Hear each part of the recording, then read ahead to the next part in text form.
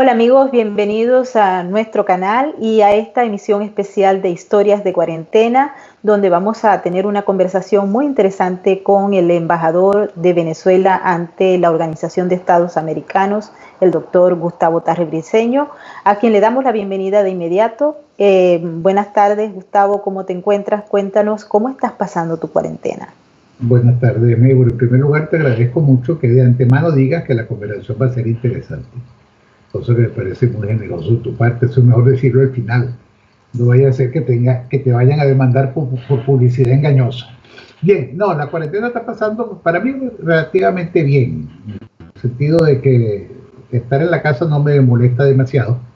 El trabajo no ha disminuido, en consecuencia no hay riesgo de fastidio, porque con las reuniones por todo tipo de medios electrónicos, el ritmo es mucho más fuerte que antes, porque antes si yo quería ir a una reunión, iba a mi oficina, de la oficina de que ir a la OEA, de la OEA al Departamento de Estado, del Departamento de Estado a la Embajada de tal país, y bueno, esos trayectos era tiempo más o menos libre.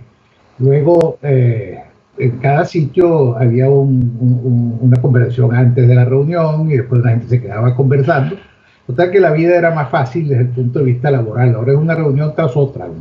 Una reunión que empieza a las 6, a las 7 termina, y a las 7:05 estás empezando la otra y no puedes decir que llegaste tarde porque hay mucho tráfico. Entonces el ritmo de trabajo es como nunca, sin contar el teléfono y sin contar que la gente que está en la casa pues ha redescubierto la escritura y el número de mensajes de WhatsApp es absolutamente ilimitado. Ahorita mientras esperaba la conexión borré sin leer varios centenares de mensajes porque ya el teléfono no quería recibir más, y entonces aquellas que son normalmente de cuentos, anécdotas, videos, esas cosas, lo borré sin verlo, porque realmente, aunque parezca insólito, el tiempo no alcanza. Así definiría yo la cuarentena mía. Sí, así estamos casi todos, particularmente los que nos encargamos justamente de manejar la información, ¿no? Al principio estábamos con que la cuarentena, ¿qué hacemos? Inventamos este programa, que por cierto hoy cumple un mes, así que muchísimas gracias a todos los suscriptores que nos están ayudando para crear contenidos. Y bueno, aquí pasa el tiempo, Gustavo, pasa el tiempo y no pasa nada. Una de las preguntas que tiene nuestra audiencia, que le pedí que nos la enviaran a Historias de Cuarentena, está relacionada justamente con el tema de que pasa el tiempo y no ocurre nada. ¿Qué tienes tú que decirle a los venezolanos que están a la espera de un cambio y ven que parece que cada día está más lejano? ¿O tú tienes alguna información que nos pueda hacer pensar que está cercano? Bueno, mira, en eso de ponerle fecha, sí no quiero aventurarme porque ya me he equivocado demasiadas veces. Cuando mis hijos me hacen esa misma pregunta y digo, no, eso va a ser pronto, yo no creo que pasemos de tal fecha, me dicen, ay papá, ya eso me lo dijiste hace un año y aquí estamos, ¿no? Y creo que todos nos hemos equivocado a la hora de hacer este tipo de pronósticos. Estos fenómenos históricos se producen en algún momento, lo difícil es predecir cuándo. Yo estoy absolutamente seguro que Maduro no está mejor que hace un año. Y en consecuencia, este tiempo que transcurre no es un tiempo de consolidación para Maduro. Yo observo que Maduro está cada día peor y es una conjunción de factores que algunos han llamado la tormenta perfecta, que es que Chávez destruyó el aparato productivo del país por medio de las expropiaciones y por un abuso de las importaciones y los chanchullos y la corrupción y la malversación. Y como el precio del petróleo estaba alto y Venezuela todavía producía un par de millones de barriles de petróleo al día, pues todo se compraba. Cuando se continuó deteriorando la capacidad de producción de PDVSA, bajaron los precios del petróleo, había que haber recurrido a la producción nacional, pero ya esto no existía, porque la fábrica, las granjas, todo eso había quebrado, las habían cerrado, las que estaban expropiadas ninguna funciona, y entonces nos conseguimos que no tenemos plata para comprar afuera y no tenemos cómo producir adentro. Ese fenómeno es un fenómeno dramático que genera una situación horrible para Venezuela, es la evidencia mayor del fracaso y es la indicación de que la única forma de que Venezuela cambie es saliendo de Maduro. ¿Y por qué? Porque para volver a poner en marcha Venezuela hace falta plata, y hace falta que nos presten dinero, hace falta que venga gente a invertir a Venezuela, Y nadie lo va a hacer mientras Maduro esté allí. Si ustedes ven el índice de inversión en Venezuela es cero. Si ves el orden de lo que se le presta a Venezuela es cero. En consecuencia, nada está ocurriendo que permita pensar que Venezuela va a progresar o va a arrancar en un sentido que le permita a Maduro descansar con los dos ojos bien cerrados sobre su almohada. Cuando ustedes hablan de Maduro, ¿están hablando de Maduro como individualidad o están hablando del régimen en su totalidad? Porque uno de los problemas que se ha visto es el hecho de pensar que Maduro es el único problema que hay y el resto, dígase Delcy Rodríguez, Jorge Rodríguez, Tarek El-Aissami, Diosdado Cabello y todos esos militares que forman parte del cartel de los soles, los otros cartelitos, que esos también están allí. O sea, ¿qué se va a hacer con ellos, no? Bueno, yo creo que no hay, en mi concepto, no hay ninguna posibilidad que permita pensar que la transición puede incluir violadores de derechos humanos, narcotraficantes ni corruptos. Es decir, personas ligadas al cartel de los soles, personas que han incurrido en violación masiva de derechos humanos, corruptos como Rafael Ramírez, por ejemplo, que se anda presentando como una nueva cara del chavismo, después de haberse robado miles de millones de dólares. Pues nadie puede pensar que la transición o el cambio significa quitar a Maduro para poner a Ramírez o a alguien de su misma calaña. Es bueno escuchar eso porque el diputado José Guerra había planteado justamente lo contrario, ¿no? Él habló de que él quería que todos se unieran, que ese chavismo que estuviera ahí no fuera anulado y que no quería ver tampoco ni a Diosdado Cabello ni a Jorge Rodríguez en la cárcel, sino haciendo política en la calle. Y eso obviamente generó muchísimas dudas en relación a lo que viene después, porque sería como cambiar de algo malo a algo muy malo, porque ahí están todos los demonios sueltos y un proceso de transición es delicado, tiene que tener un liderazgo claro y también unas reglas claras, y adicionalmente a ello tiene que prometer una clase de castigo a los culpables que llevaron a Venezuela al estado en el que se encuentra. Así es que de verdad que nos alegra que en su caso particular usted esté pensando esto. Le tengo además el siguiente comentario. Yo le tengo mucho cariño y mucho respeto a José Guerra. Me parece que es un gran economista, me parece que es un hombre de inmenso mérito. Él es diputado por la parroquia del Valle de Caracas. Yo fui diputado por el Distrito Federal en su momento y sé lo difícil que es esa parroquia y lo fuerte que el chavismo llegó a ser allí. Y él con un inmenso coraje enfrentó al chavismo en el lugar y lo derrotó. Creo que en esta apreciación se equivocó. Creo que él quiso presentar una imagen de que en Venezuela íbamos a vivir una democracia, y en una democracia todo el mundo puede ser candidato. Lo que él creo que se saltó y en eso cometió un error, y lo he conversado con él, es que para ser candidato en una democracia no puede haber una barrera, es decir, tú no eres candidato porque eres chavista, pero sí establecen las leyes, establecieron las leyes siempre, desde que Venezuela vivió en democracia hace ya 60 años, es que la pena de cárcel por cometer un delito trae consigo la inhabilitación política. Los chavistas usaron la inhabilitación como una especie de medida administrativa y entonces caprichosamente la Contraloría ha inhabilitado a un gentío. Eso es absolutamente inconstitucional e ilegal en Venezuela. Pero lo que sí ocurre es que cuando uno lo condenan por violación de derechos humanos o por narcotráfico, por cualquier otro delito o por corrupción administrativa, la pena principal, que es una pena de cárcel, trae consigo una pena de inhabilitación política, lo que se llama una pena accesoria. En consecuencia, es muy difícil que Nicolás Maduro pueda ser candidato, que Diosdado pueda ser candidato, a menos que tenga un juicio y que en ese juicio él le muestre su inocencia. Yo veo eso bastante improbable, pero tampoco se puede presumir que son culpables sin que un tribunal lo diga. En consecuencia, cada quien puede tener su opinión, pero una vez que un tribunal sentencie, una persona no puede ser candidato si ha cometido delito. Uno de los elementos que más preocupa a las personas que se encargan de estudiar el conflicto que existe en Venezuela es el hecho de saber que hay una connivencia entre los carteles, los grupos organizados criminalmente y el poder político. Es decir, nunca antes se había visto a tal grado un nivel de asociación estratégica, por llamarlo de alguna manera, entre crimen organizado y un gobierno.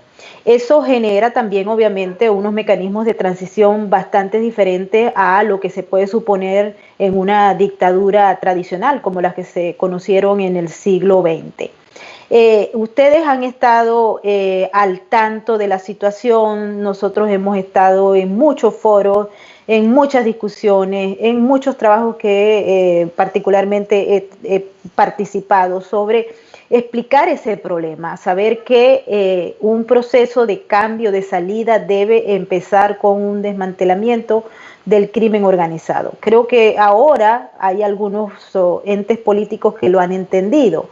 Sin embargo, luce un poco oscura cuando se plantean esos planes de transición como si Venezuela tuviera una especie de democracia retrasada o democracia perdida y que se pudiera actuar con los mismos parámetros que se hace en un país donde hay alguna esencia de democracia. Pero pareciera que en Venezuela eso no es así.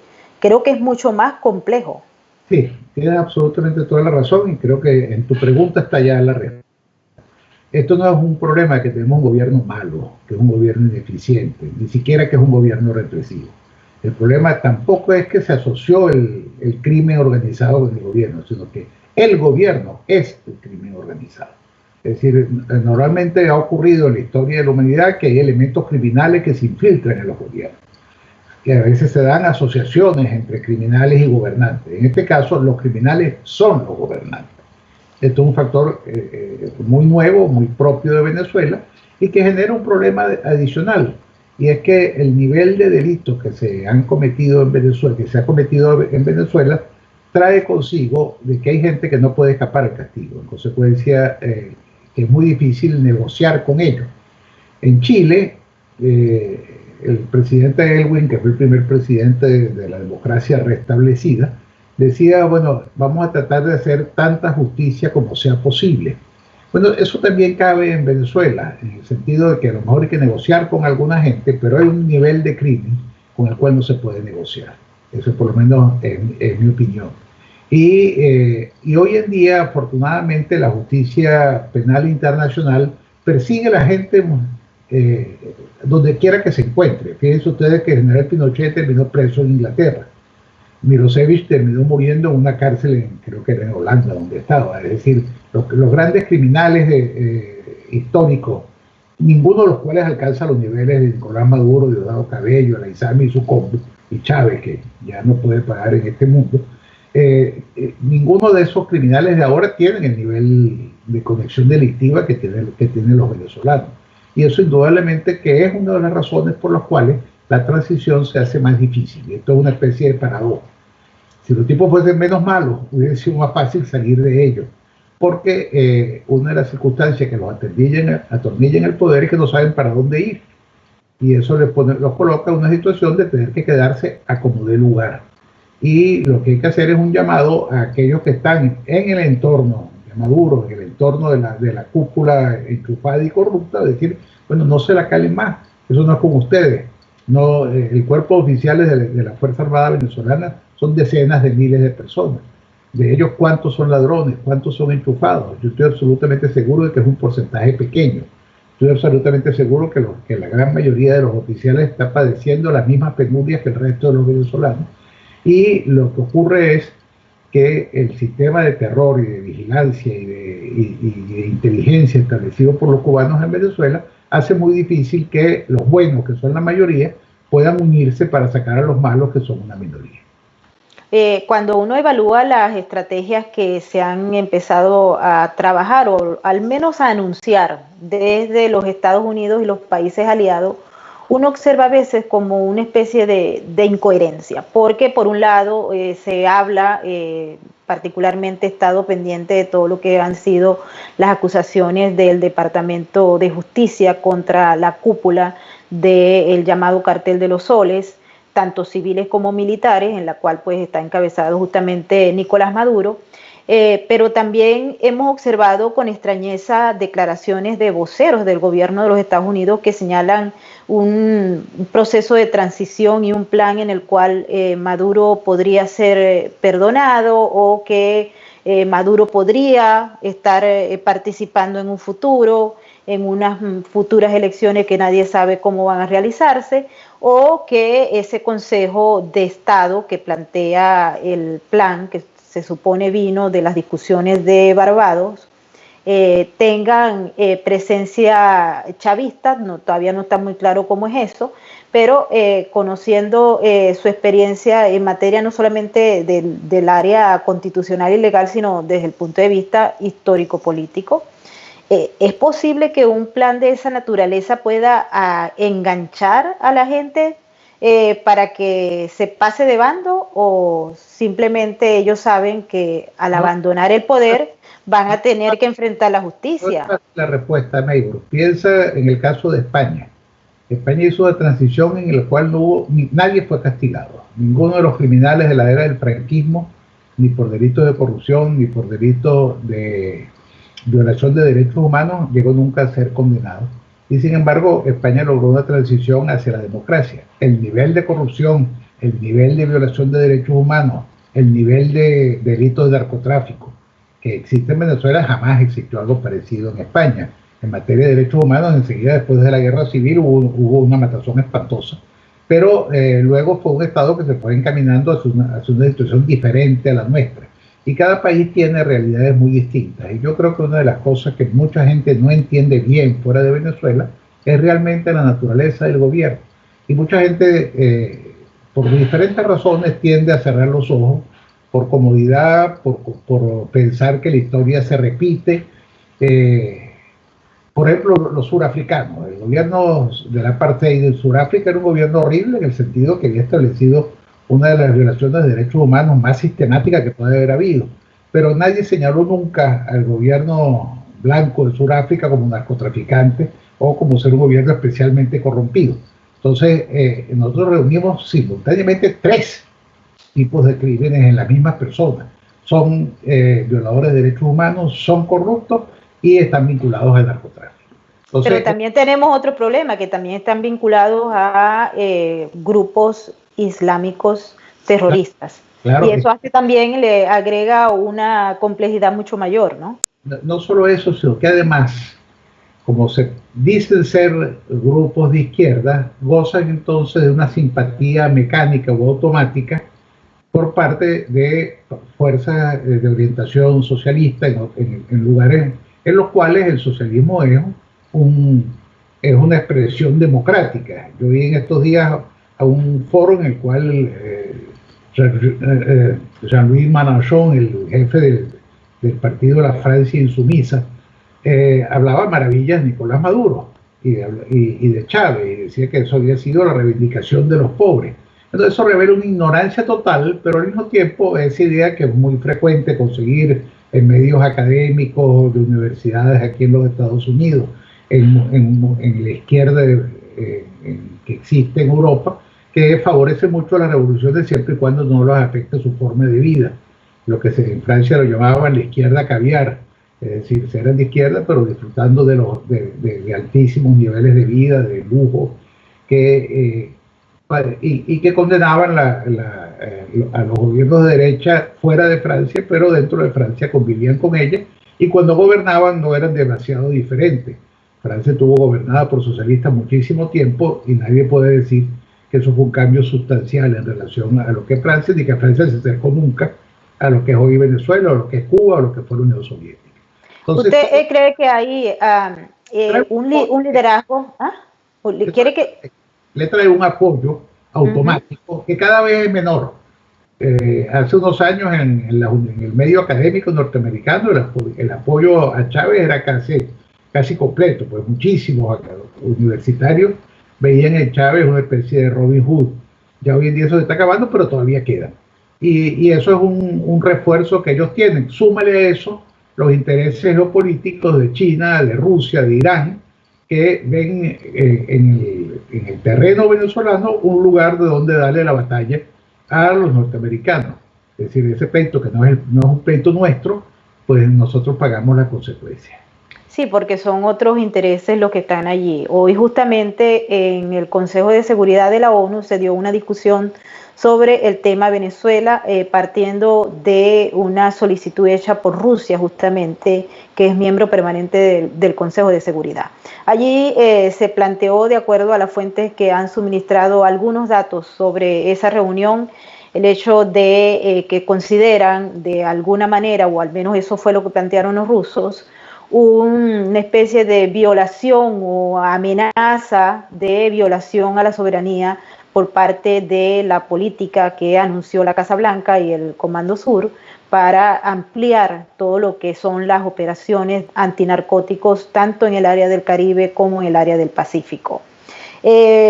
Pareciera que los amigos que tenemos en el Consejo de Seguridad obviamente van a hacerle frente a esto, pero hay muchos países que apoyan al régimen de Nicolás Maduro en la ONU. A mí me toca ir para allá muy a menudo y siento que muchas veces pareciera que la democracia es minoría allí en ese foro. Bueno, recuerda que en un órgano de las Naciones Unidas, que es la Comisión de Defensa de los Derechos Humanos, Venezuela fue elegida miembro de una comisión precisamente para la defensa de los derechos que se vulneran en Venezuela todos los días. Eso da una idea de una perversión que existe en muchos organismos internacionales. Esa misma comisión estuvo en un momento dado integrada por Cuba, por Libia, y todo eso lo que se traduce es un inmenso desprestigio de esos organismos, ya que poner al Zamuro a cuidar la carne de la carnicería, pues es absolutamente paradójico y casi tragicómico. Pero la realidad es que Chávez tuvo durante mucho tiempo una chequera muy bien alimentada, recordó mucho, se la pasaba viajando por todas partes del mundo, regalando dinero, y logró montar una estructura acompañada por ese aparato propagandístico de izquierda que tuvo siempre a su servicio, una estructura de apoyo que no se ha logrado desestimar a nivel de la ONU. Es decir, lo que se logró en la Organización de Estados Americanos, que salieran los chavistas y fuesen reemplazados por la gente del gobierno interino de Juan Guaidó, eso no se ha logrado en la ONU. Piénsense solamente que hay casi 60 países africanos, por los cuales Venezuela tiene un contacto muy precario. ¿Qué pueden saber en África de lo que está pasando en Venezuela? Salvo el recuerdo de Chávez, que llegaba como San Nicolás repartiendo regalos, ofreciendo todo tipo de cosas, y que inspiró una simpatía que lamentablemente aún se mantiene. Entonces, un trabajo muy difícil que tenemos por delante es ir aclarando y explicando qué es lo que realmente ha ocurrido y ocurre en Venezuela. ¿Qué pasó tomando en cuenta la ONU y todo lo que se discutió el año pasado en el marco de la Asamblea General? Se realizaron algunas actividades, tuve oportunidad de darle cobertura a algunas de ellas, entre las cuales estaba justamente el tema del TIAR. ¿Qué pasó con el TIAR? ¿Qué resultado tuvo el TIAR? ¿Existió, no existió? Esas comisiones que se nombraron para evaluar la inteligencia financiera y castigar a los ladrones corruptos que se habían robado todo el dinero del erario público venezolano y que andaban regándolo por todas partes. ¿Qué pasó por fin con eso? Habían unas listas de gente sancionada que nunca fueron sancionadas. ¿Me puede dar un update sobre eso? Empiezo por aclarar que el TIAR y las Naciones Unidas son dos cosas muy distintas. Absolutamente, son completamente diferentes, pero la reunión se hizo en el marco de la Asamblea General. Si quieren, el marco. Coincidió temporalmente, porque el TIAR es un organismo interamericano. Entonces, coincidió con ello, porque obviamente como el órgano de consulta del TIAR está integrado por los cancilleres estaban todos en la Asamblea General, se aprovechó para extraer de la Asamblea General a los cancilleres de los países miembros del TIAR y hacer allí la primera sesión. Luego hubo una segunda sesión que tuvo lugar en Bogotá y se empezó a avanzar. Se aprobó una lista de sancionados, en su origen muy pequeña. Esa lista tenía que haber seguido creciendo y creciendo casi, diría yo, exponencialmente. Los sancionados en esas listas, indudablemente que siguen sancionados. Lo que ocurre es que hay países que no respetan las sanciones, incluso países que en un momento dado votaron por esas sanciones, como el caso de Argentina. Con el cambio de gobierno cambian de posición y Jorge Rodríguez, que es uno de los sancionados, pudo viajar libremente a Argentina y obviamente el tratado no prevé que en unas elecciones cambie un gobierno, y si bien jurídicamente Argentina estaba vinculado por las decisiones del TIAR, aunque el nuevo gobierno no estuviese de acuerdo, pues en ese caso específico las sanciones no se cumplieron. ¿Dónde se truncó el asunto?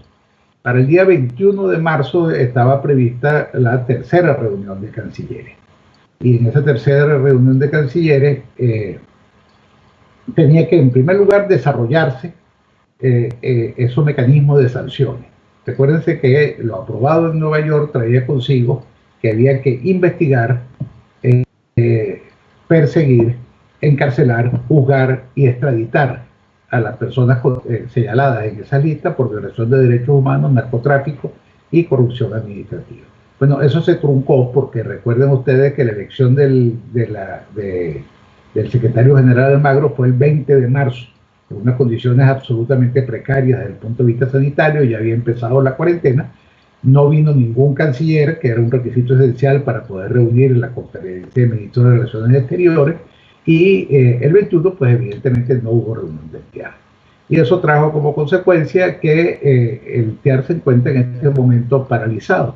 Nosotros habíamos propuesto dentro del TIAR la idea del bloqueo naval selectivo, y eso era un tema que estábamos empezando a discutir en aquel momento, y luego los Estados Unidos, no digo yo que fuera tomando la inspiración del TIAR, pero esa operación que están haciendo los Estados Unidos ha podido hacerse bajo el paraguas del TIAR, y eso es de las cosas que nosotros habíamos planteado. Y lo que hay que mantener, digamos, de alguna forma la esperanza, una vez que pase la pandemia, tengamos posibilidad de regresar a este tipo de reuniones, con una observación que uno no puede dejar de hacer. Ahorita los países están mucho más viendo hacia adentro que hacia afuera. Todos están, en el caso del hemisferio, algunos ya han sido bastante golpeados por el coronavirus, el virus corona, pero se espera que sea mucho más fuerte en las próximas semanas, y todos los países están viendo a ver cómo enfrentan eso, y muy pocos tienen ahorita oídos para sentarse con nosotros a hablar del TIAR.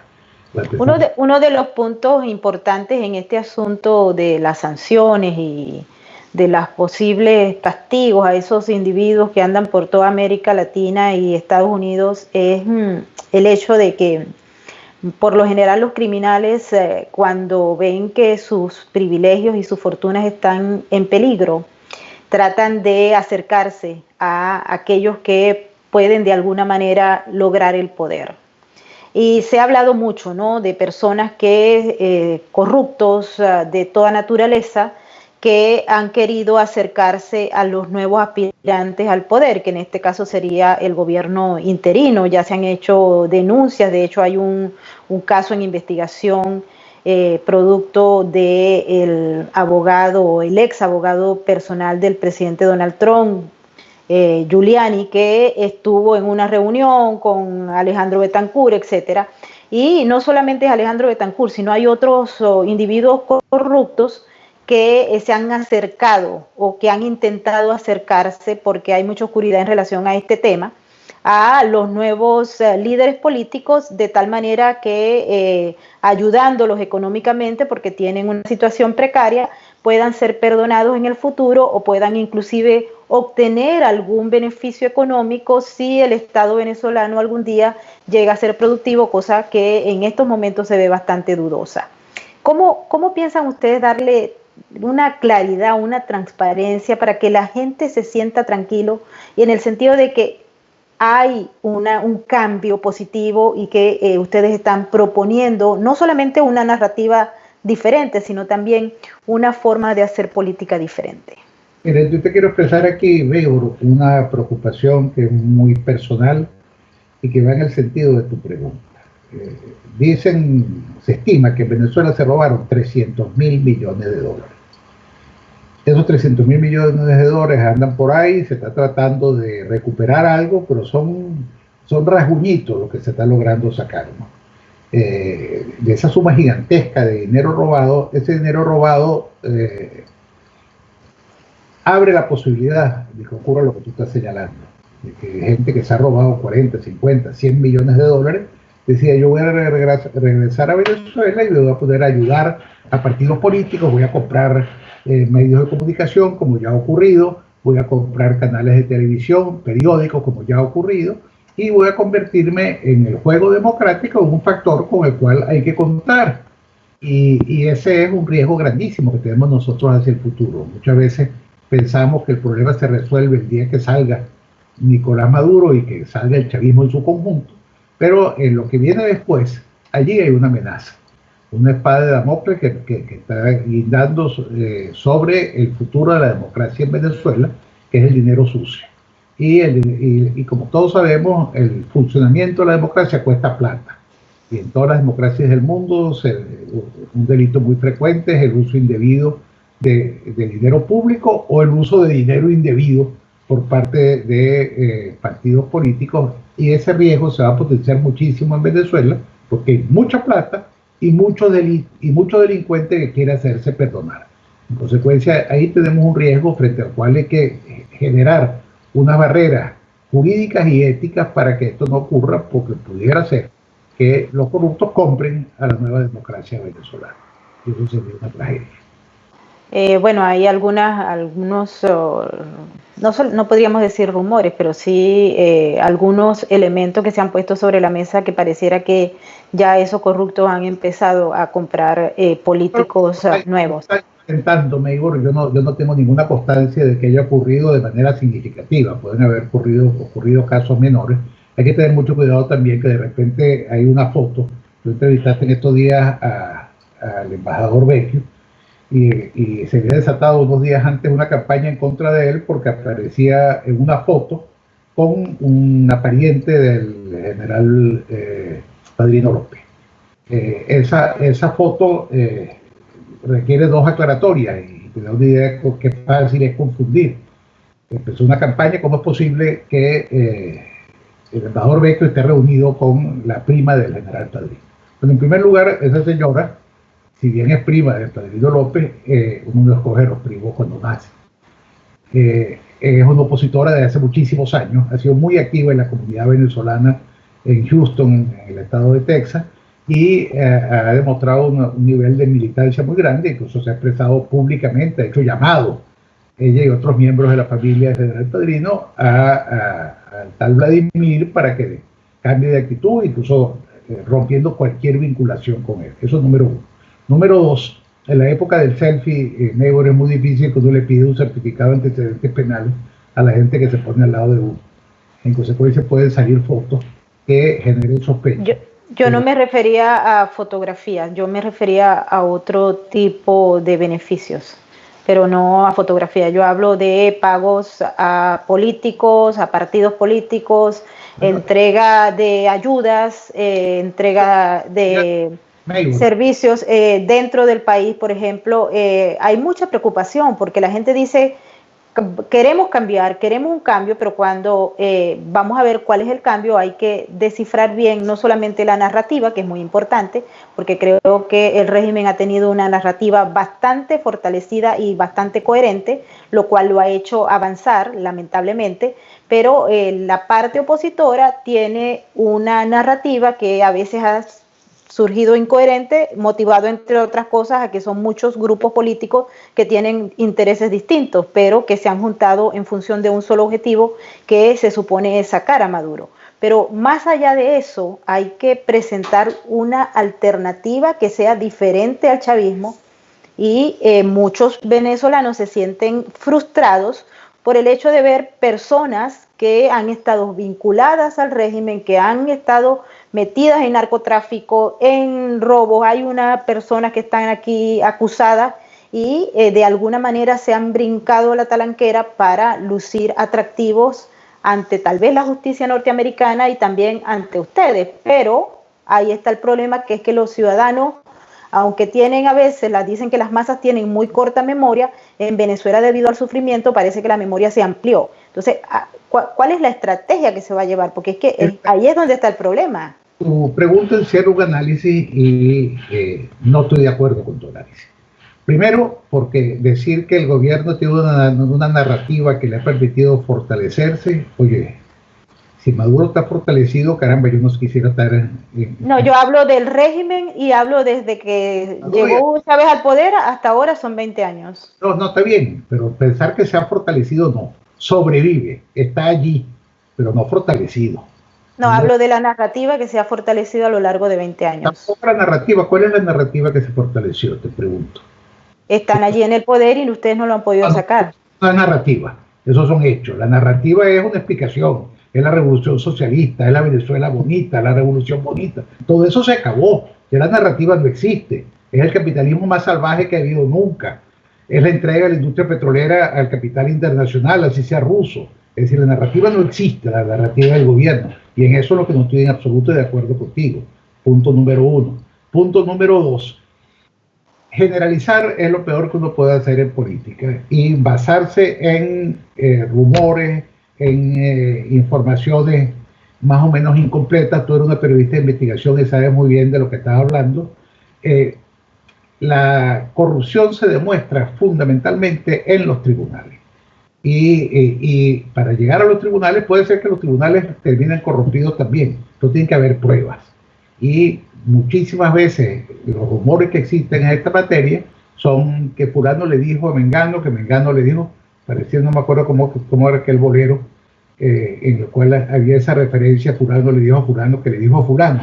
Bueno, así estamos muchas veces en esta materia, y pensar de que hay un paralelo que puede existir entre el gobierno de Juan Guaidó y el gobierno de Nicolás Maduro en materia de corrupción es un punto que para mí es absolutamente falaz. Son dos cosas enteramente distintas. No, en lo absoluto, porque el gobierno de Juan Guaidó no ha llegado a controlar el poder. De allí que haya la necesidad urgente de que se presente una posición diferente. Nosotros vemos, por ejemplo... Es absolutamente diferente, Mayor. No hay necesidad de que se presente. Es absolutamente diferente. Nadie puede pensar, viendo la trayectoria de Juan Guaidó, la forma como él actúa, el riesgo que corre cada día. La gente a veces olvida que Guaidó se juega el pellejo todos los días en la calle de Caracas, como lo hace la mayoría de los dirigentes políticos que están allá. Todos los días se están jugando la vida. Todo el entorno de Juan Guaidó está en la cárcel o exilado. Todos los colaboradores que él tenía los van poniendo presos. No lo han podido tocar a él, pero es una estrategia diseñada por los cubanos. Todo su equipo ha sido 3 o 4 veces absolutamente desarticulado por la vía de la represión, la tortura, el encarcelamiento, el exilio en las embajadas o el exilio. Entonces, el establecer esa comparación, no, hay que presentarse distintos, no, son distintos, son esencialmente distintos. Y no hay ningún elemento que permita decir que hay un parecido. Y en eso yo te digo, en eso soy extremadamente tajante. Y si no creyera en eso, no estuviera ejerciendo ningún cargo en esta administración. Por eso entonces deben tomar una serie de medidas, como por ejemplo, que para muchos, ¿no? Fue un tema de discusión y otros de asombro. Ver militares como Cliver Alcalá, que por cierto está ahora acá preso en una cárcel en Nueva York esperando que sus abogados lleguen a unos acuerdos con los fiscales para ser procesados. Pero él estaba a favor de Guaidó en Colombia y después soltó una información que a todo el mundo dejó estupefacto.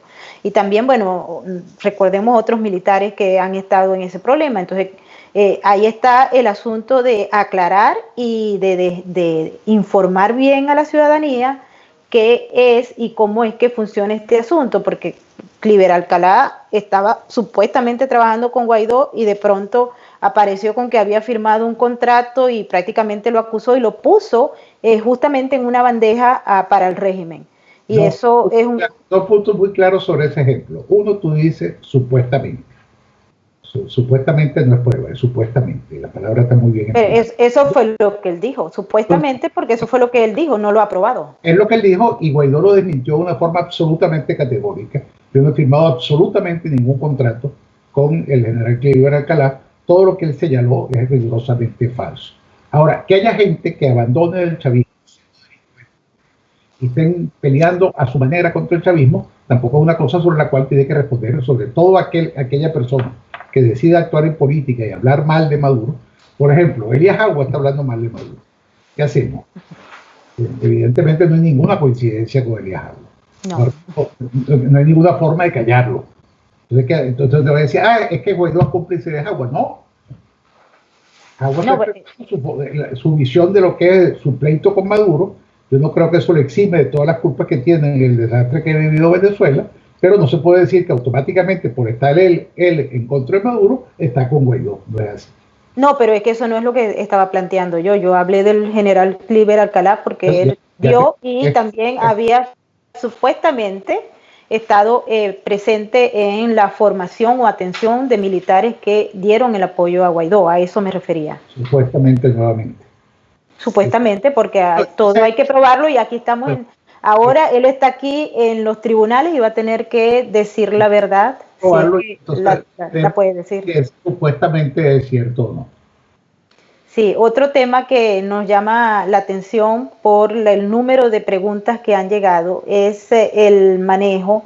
Usted ha señalado que no es cierto que el gobierno interino tenía 15 millardos de dólares que habían sido recuperados. Hasta donde yo había leído eran unos 380 millones de dólares que pertenecían a unas cuentas de PDVSA que fueron congeladas por el gobierno de los Estados Unidos y ahora ustedes están en proceso de lograr su uso.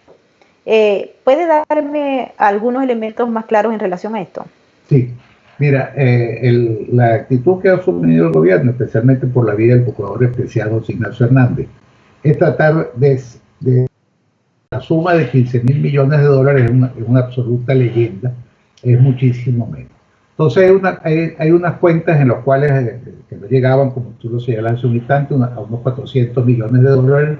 No era dinero de PDVSA, es un dinero que está en manos del Banco Central de Venezuela. Y ese dinero es el que el gobierno puede manejar, todavía no lo puede hacer. De eso no ha salido el primer dólar no se ha gastado el primer dólar porque se requiere, y esto es muy importante que el país lo sepa, porque los que no confíen en Guaidó sí deben confiar en el Departamento del Tesoro de los Estados Unidos. Claro, usted requiere una licencia de los FAC. Sí, exactamente. Hay una oficina de manejo de activos extranjeros, que es la OFAC, con la cual el gobierno de Guaidó tiene que demostrar la forma lícita como eso se está manejando. Y se está haciendo de esa manera, y entonces, aunque hubiese mala intención, pues estamos absolutamente seguros que el Departamento del Tesoro no lo permitiría. Y como no hay mala intención, sencillamente seguimos trabajando con el Tesoro de los Estados Unidos para que ese dinero se maneje de la forma más limpia posible. ¿Cuáles son los planes para ese dinero? Bueno, en el plan de ese dinero hay, en primer lugar, la bandera insignia es empezar a gastar en la lucha contra la pandemia. Es el bono para los empleados asistenciales, que en Venezuela la gente se horroriza cuando se entera que una enfermera puede ganar 3 o 4 dólares al mes, que un médico en un hospital puede ganar 10 dólares. Entonces darles un bono a esos trabajadores de la salud. Ahí se prevén también todos los gastos que trae consigo la Procuraduría General de la República. Esos 11.000 millones de dólares que se han logrado, o 14.000 millones de dólares que se han logrado preservar, aunque no se puede disponer de ellos, es producto de un trabajo de un grupo de abogados que están enfrentando además a los mejores bufetes, en muchos casos los Estados Unidos, que representan otros intereses. Y para eso se requiere gasto. El ejercicio de la justicia cuesta dinero y a la Procuraduría hay que darle dinero. Ahí entran los gastos de funcionamiento de la Asamblea Nacional, funcionamiento del Servicio Exterior, funcionamiento de la Presidencia, que es lo que en este momento está empezando, ni siquiera empezando a ejecutarse. Está empezando los trámites para empezar a ejecutar. El año pasado se aprobaron primero 3 millones de dólares para la Procuraduría y después la Asamblea aprobó con el voto negativo, creo que de Primero Justicia, 20 millones más, ¿no? Sí.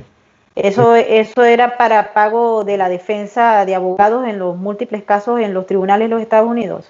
Tú que vives en el medio judicial americano, imagínate un juicio en el cual un acreedor le quiera cobrar a Venezuela 300 millones de dólares. ¿Cuál sería para ti la estimación de lo que cobraría un bufete que asume la defensa de un cliente que tiene en juego 300 millones? Muchísimo. Yo conozco muy bien cómo son los abogados de los Estados Unidos. Y eso puede ser 10%, 20%, estás hablando que en un juicio de 300 millones, el 20% son 60 millones.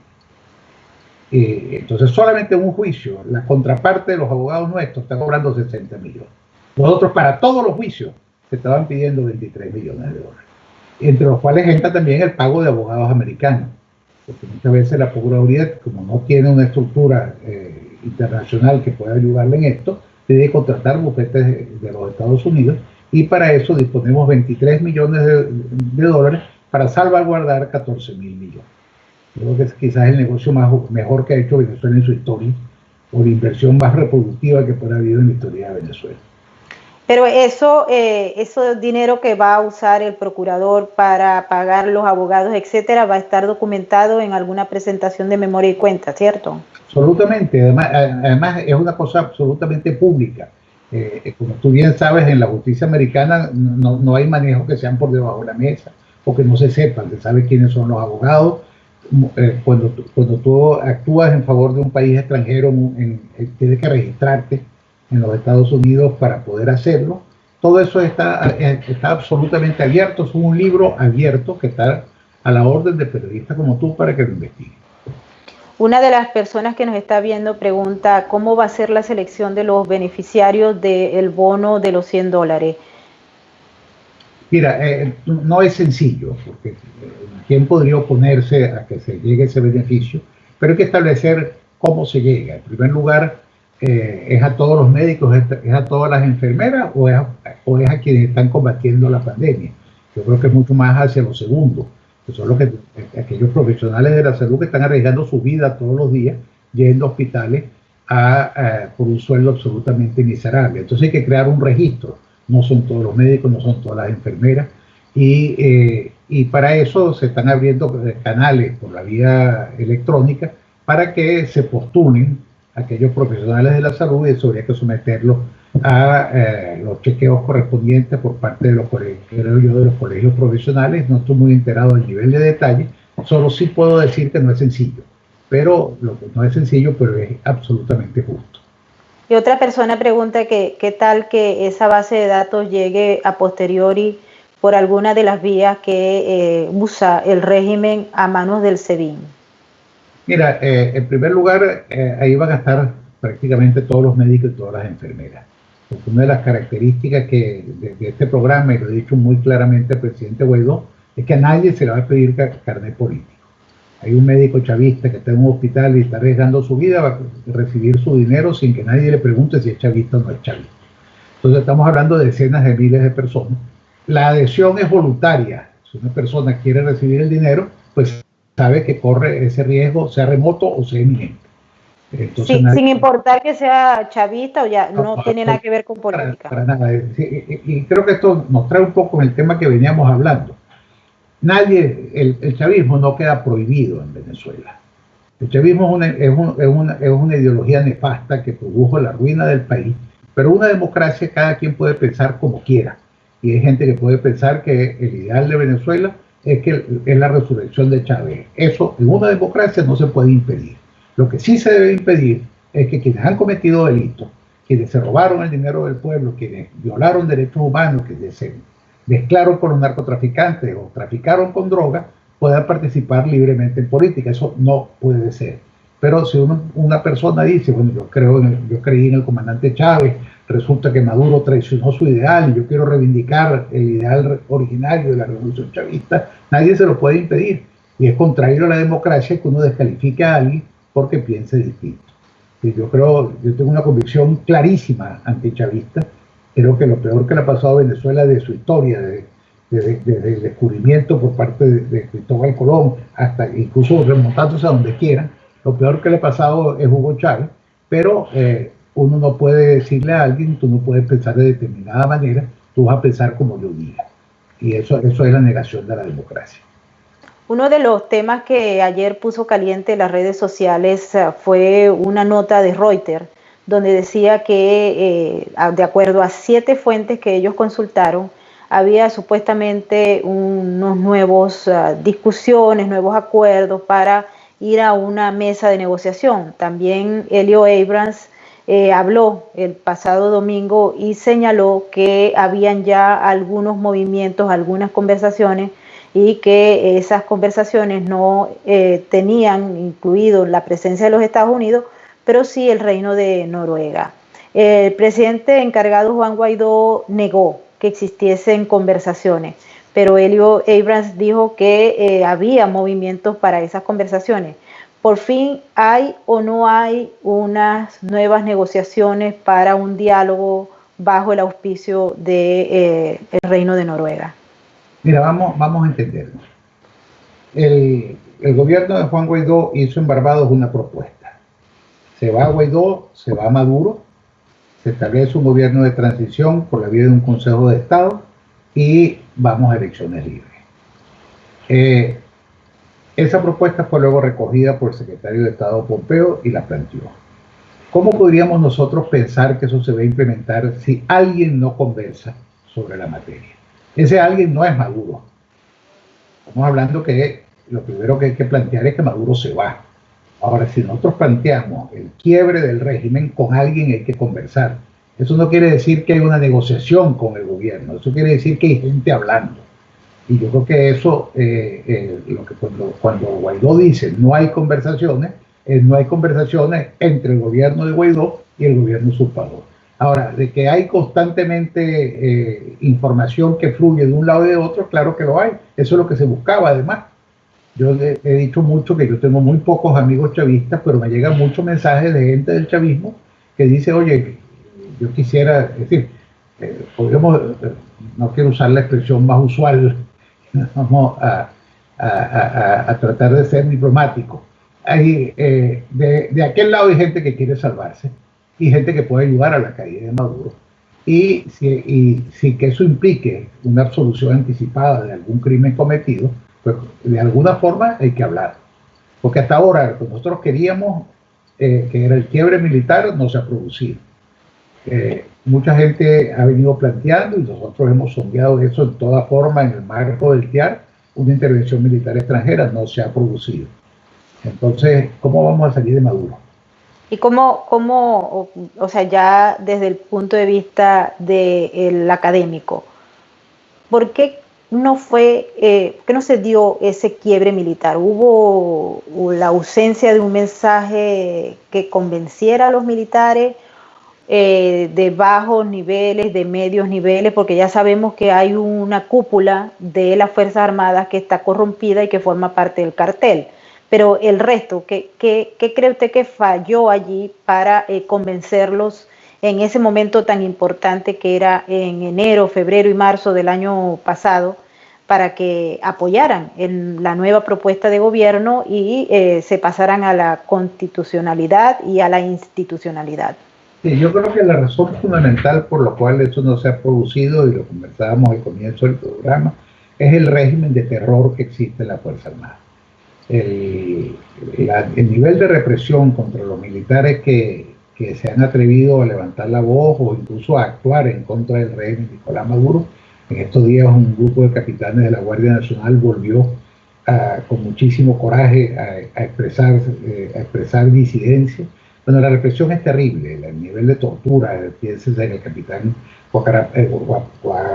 Carapano, en el piloto Pérez, en toda la gente que ha sido ferozmente torturada y un montón de oficiales que están presos. Y el nivel de represión en contra de ellos es terrible. Yo siempre me ha llamado mucho la atención la forma como murió el capitán Acosta Arévalo. El capitán Acosta Arévalo había sido salvajemente torturado y lo llevaron, saliendo de la sesión de tortura, lo llevaron prácticamente a morirse en el tribunal. Normalmente los torturadores esconden su fechoría y torturan para sacar información y luego tratan de parapetear a la persona, si lo van a llevar a un tribunal, de que no se vea que ha sido torturado. Eso lo vemos en todas las series de televisión, lo vemos en todas las novelas policíacas. Cuando un policía se excede, busca esconder lo que hizo. En este caso fue al revés. El régimen lo que quiso fue exhibir la tortura. ¿Qué estaban haciendo? Era un mensaje a los otros oficiales. Vean lo que les puede ocurrir si ustedes hacen lo mismo que estaba haciendo el capitán Acosta Arévalo, que era agrupando a unos compañeros para ver si de alguna forma se producía ese quiebre militar. Ese mensaje es un mensaje diabólico, horrible, que ha afectado en algunos casos a la familia de los oficiales. No solamente se persigue al oficial, sino a la familia. Se ha visto también la persecución a la familia en los casos de colaboradores inmediatos del presidente Juan Guaidó. Es el mensaje del terror. Y en eso los cubanos son expertos. La única cosa que los cubanos saben hacer es cómo reprimir para permanecer en el poder. Y eso es lo que ellos le venden a Maduro a cambio de petróleo, a cambio de todo. Es una tecnología del horror para permanecer en el poder. Y eso lo están haciendo y eso tiene un efecto singular en la Fuerza Armada. Y esa gente que está tratando de hablar, de comunicarse para este lado del mundo, ¿es del alto nivel o es de mediano nivel? Esos que están hablando por ahí que no tienen nombre por ahora. Yo decía que yo recibo información, son gente, digamos, de bajo nivel, gente que por razones de la vida, pues uno se ha cruzado con ellos en algún momento y que están buscando cómo sacar la cabeza por el agua cuando siente que se están ahogando. Lo cité a manera de anécdota. Yo no participo en este momento en ninguna conversación de ese tipo, pero si la hay, pues sería como tú dices, gente de diferentes niveles que empiezan a preguntar, bueno, ¿cómo es eso de ese gobierno de transición? Y para poder saber cómo es eso, evidentemente hay que hablar. En alguna parte del análisis que ustedes han realizado, ¿se ha planteado de alguna manera un modelo como el de Siria para Venezuela? Porque se está hablando en estos momentos justamente de ya un escenario donde se ve a Venezuela como la Siria del Caribe, de América Latina. Mira, yo creo mucho más. Es decir, en mi trabajo esto no se plantea. La embajada de la OEA no tiene que ver con ese tipo de diseño. Pero lo que sí puedo yo decir, por el conocimiento que uno tiene de la realidad internacional, que Venezuela pues, se parece hoy en día mucho más a Somalia que a Siria. En Siria había una guerra civil con dos bandos armados enfrentados y con la injerencia muy directa de Rusia en esa guerra civil. Incluso la guerra se ha terminado inclinando hacia el lado del presidente Assad por la presencia masiva de fuerzas armadas rusas. Me parece, a mi modo de ver, más Venezuela, más a Somalia, en el sentido de que el territorio venezolano está absolutamente fraccionado.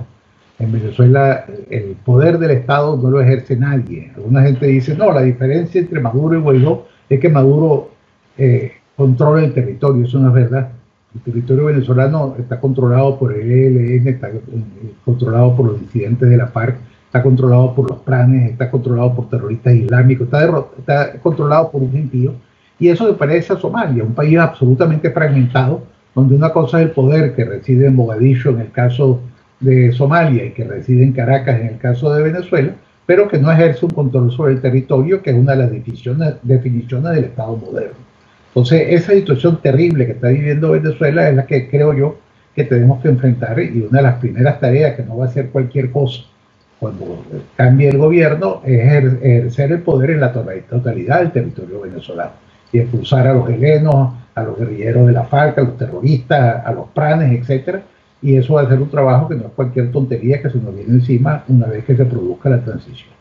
Y especialmente ahora que hay una nueva reforma de la ley orgánica de las Fuerzas Armadas Bolivarianas, donde se plantea como quinto componente las milicias civiles, con unas características muy particulares, porque le da un rango de ley a lo que en Cuba se conoce como las personas, la Unión Cívico-Militar, hablan ellos, pero esas son personas que en el fondo pues se integran a las comunas y a los grupos que habitan los barrios y las comunidades para soplar a aquellas personas que estén conspirando. En el fondo es eso, porque no sabemos exactamente. El acta oficial, Maybor, contiene la Constitución de la República Bolivariana de Venezuela. Y la tenía precisamente abierto en la página que corresponde al artículo 328, donde se dice textualmente así: la Fuerza Armada Nacional constituye una institución esencialmente profesional, sin militancia política, organizada por el Estado para garantizar la independencia y soberanía de la nación, asegurar la integridad del espacio geográfico mediante la defensa militar, la cooperación en el mantenimiento del orden interno y la participación activa en el desarrollo nacional. Así está definida la Fuerza Armada en la Constitución. Esa es la definición que nosotros tenemos que plantearla a los oficiales de nuestra Fuerza Armada, decirles, vamos a cumplir esto. la Constitución, sea buena o sea mala, es un texto que fue aprobado por el pueblo venezolano en un referéndum. Yo voté en contra en ese referéndum, pero una vez que se expresó la voluntad popular, y en aquel momento no tengo ninguna duda que la mayoría de los venezolanos prefirió esta Constitución y el voto del sí ganó. Esa es la Constitución que nos une a todos. Esa definición de la Fuerza Armada es una definición que es la que debe ser el programa del futuro, y no leyes que la Asamblea Nacional Constituyente, la espuria Asamblea Constituyente, anda sancionando por allí, que no tienen ni siquiera el valor del papel en el cual están expresas. Pero Padrino López y compañía están en todos los cuarteles presentando la ley y informando no solamente que ahora la milicia es parte de la Fuerza Armada, sino que también la Fuerza Armada per se es antiimperialista, socialista, etcétera. Está violando abiertamente la Constitución, que todo subteniente jura defender con su vida en el momento que recibe el sable. Entonces, ese juramento es un juramento que tiene un valor para toda la carrera militar. El hecho que Padrino López lo haya violado no quiere decir que los demás oficiales no recuerden qué fue lo que ellos juraron cuando recibieron el sable y recibieron los galones como en el primer grado de la jerarquía militar. Eso sigue vigente, y lo que dice la Constitución tiene 1000 veces más valor que cualquier basofia que hayan acordado los chavistas en la Asamblea Constituyente o donde sea. Bueno, pareciera que los hechos dicen lo contrario en relación a esta parte de la acción y actitud de varios de los militares. Sabemos que se tiene que ir. Por mí pues nos quedaríamos toda la noche conversando con... Mucho más de lo que teníamos previsto. He estado apagando el teléfono de una llamada que estaba esperando, pero Vebro, como tú sabes, siempre es un gusto conversar contigo. Sí, bueno, vamos a dar una reflexión final, porque muchos venezolanos están muchos disgustados, otros desesperanzados, otros decidieron no creer más en nada y están dedicados única y exclusivamente al día a día. Hay unos que se habían ido por toda América Latina y están regresando y están consiguiendo un país en la peor de las situaciones, la más paupérrima inclusive que cuando ellos lo abandonaron. Esa gente no cree, y esa gente es la Venezuela a la que hay que tener en cuenta. Mira, yo no estoy muy convencido de que la gente no crea. Es decir, indudablemente que Venezuela vive una tragedia terrible, indudablemente que la desesperanza puede cundir, pero yo observo que en todos los sondeos de opinión que se hagan, el presidente Guaidó está bastante cercano al 50% de apoyo. Son muy pocos los presidentes en el mundo que tienen esa aprobación. Y también constato que la aprobación, la gente que piensa que el gobierno de Maduro lo está haciendo bien, no llega al 10%. O sea que la opinión de los venezolanos está muy clara.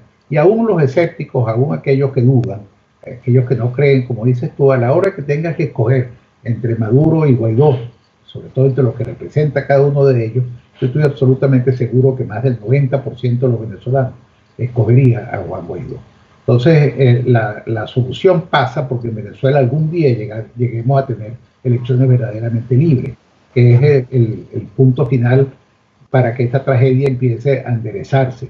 Elecciones en las cuales puedan participar todos aquellos que cumplan con los requisitos que la legislación establece, que el dinero público no se utilice para inclinar la balanza de un lado hacia otro, que los programas sociales no sirvan para controlar a los electores y a condicionar la entrega de una bolsa CLAP a cambio de un voto, de un apoyo, que los medios de comunicación sean absolutamente libres, que los periodistas puedan ejercer su función y transmitir e informar sobre lo que digan todos los candidatos. Bueno, ese es el momento en el cual Venezuela se va a expresar, y en ese momento yo no tengo ninguna duda, Meiro, que mucho más del 90% de los venezolanos se van a expresar por regresar a la democracia, y una democracia que no es el regreso al pasado, sino una democracia mejor que aquella que tuvimos antes de 1998. Bueno, queremos agradecer al embajador de Venezuela ante la OEA, el doctor Gustavo Tarre Briceño, por haber compartido con esta servidora unos minutos de reflexión y de análisis, y escuchar de él también que existe una posición, al menos de su parte, de darle claridad a todo lo que es el tema relacionado con los fondos. Sabemos que ustedes están muy interesados en este asunto. El grueso de las preguntas que nos han llegado están justamente queriendo saber qué es lo que va a pasar y cómo se van a manejar las cuentas del nuevo gobierno. Así que al menos el doctor Butabotarre ha señalado que él está abierto a esa posición. Creemos que es lo que establece la ley y las circunstancias históricas que está viviendo Venezuela. Queremos agradecerle, les recordamos que este programa va a estar a su disposición en nuestro canal. Si no se han suscrito, por favor háganlo. Activen todas las notificaciones y los esperamos para una próxima emisión. Justamente ahora empieza en Nueva York otro cacerolazo para darle nuevamente las gracias a los médicos, a las enfermeras que están trabajando para lidiar con todo lo que es la pandemia. Les recordamos, Nueva York lamentablemente sigue siendo el epicentro de la pandemia a nivel mundial y la ciudadanía está agradeciendo en estos momentos, por esto están escuchando estos cacerolazos, porque volvieron nuevamente las cacerolas para darle gracias a todos los médicos. Así que bueno, nos despedimos desde acá, de la ciudad de Nueva York. Muchísimas gracias, Gustavo. Y quiero insistir en una cosa: yo soy embajador del presidente Juan Guaidó y lo que yo expreso es lo que yo siento que es lo que piensa el gobierno. El día que yo sienta que hay un divorcio entre lo que yo pienso y el gobierno está haciendo, yo dejaría de ser embajador. Entonces no son posiciones personales que yo transmito lo que siento que es la posición del gobierno de Venezuela. Muchísimas gracias por esa aclaratoria. Así que bueno, nos despedimos y nos vemos en nuestra próxima emisión.